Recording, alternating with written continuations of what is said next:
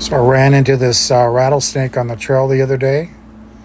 There's been quite a few snake bites and reports in Southern California. So I decided to do something about it. So here's what I came up with.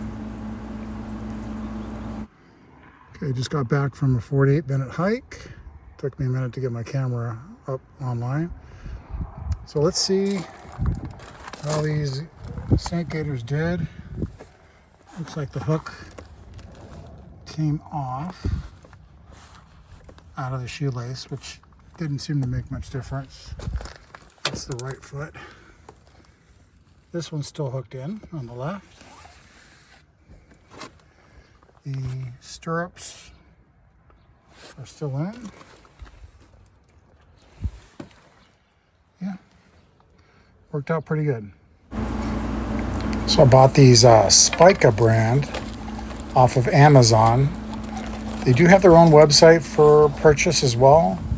I noticed the ones on Amazon are not consistent. So these are large. I just looked the other day. There's no more large. There was large and extra large.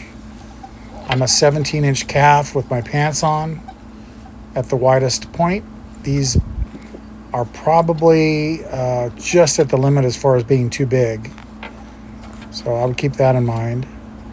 But then I looked again at Amazon, and they only have used ones pretty cheap, $35 or something like that. So I think it's a steal at that price. Usually if they're used, they're in good condition. These are designed in Australia, made in China.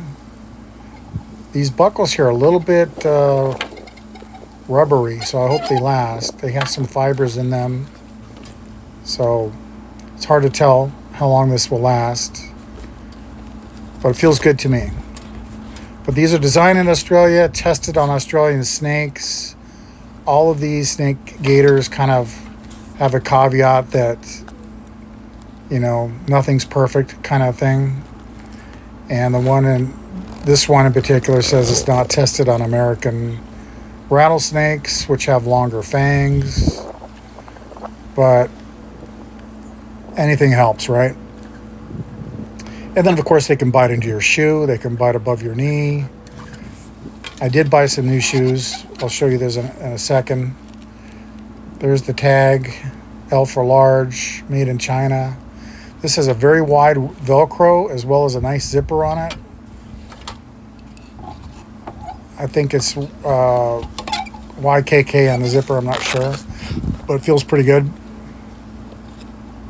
Has these buckles on the top. So this extra wide Velcro, you can kind of snug it up a little bit if you needed to. It's a little big. I bought these on sale at the Sportsman's Warehouse near me. Never been there before. These are the uninsulated, which means, there's less material at these 2 points, but then the toe feels pretty good to me. And that part feels pretty good. I don't want snake boots. They're too tall, too heavy. I'm not a hunter. I just bought this one because it's on sale. A little extra protection. And then the snake gaiter goes over those soft areas on the boot.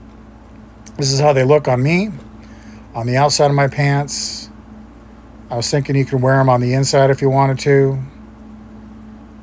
because the other ones I've seen are very, very wide and not too fashionable, I would say. So these are the kind of trails I'm on. I know that snake in the beginning was on a big wide trail. That's something you should walk on if you're worried about it. But if you're walking on these, I'm walking on these narrow trails anyway. I don't feel comfortable in snake season anymore after seeing that rattlesnake on the trail. Up here in a little bit, you'll see some wood piles.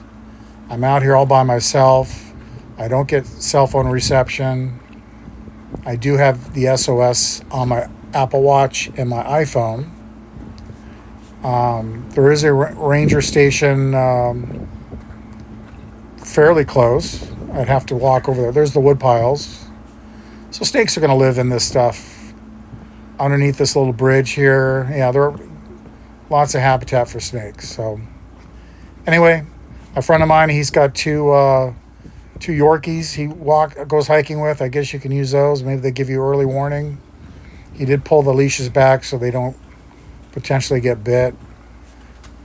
And he kind of laughed at my snake gaiters, but I don't have two Yorkies to help defend me. So anyway, thank you for watching. Take it easy.